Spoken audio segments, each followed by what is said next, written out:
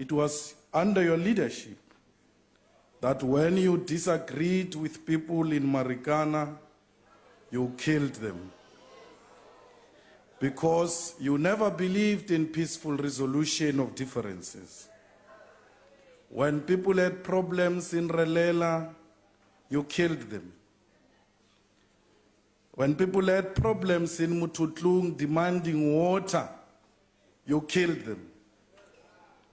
When Tatane protested against this state, you killed him. When there were differences not so long ago in this parliament, you applied violence against the leadership of the EFF. Mr. President, you taught our people that everything else must be resolved through violence. And therefore you must take full responsibility for having misled our nation that peaceful resolution does not exist and that those who do not listen, they must be whipped into line. You have lost control of the country because you have lost control of your own family. Your own son continues to say these people must be killed.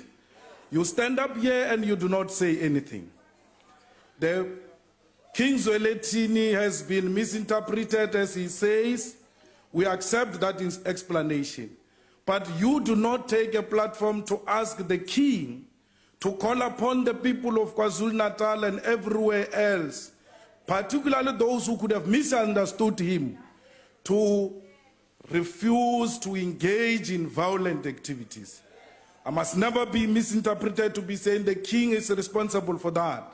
How can you rule the country when you cannot rule over your own family? And your son is such a typical example of a family member that you cannot whip into line.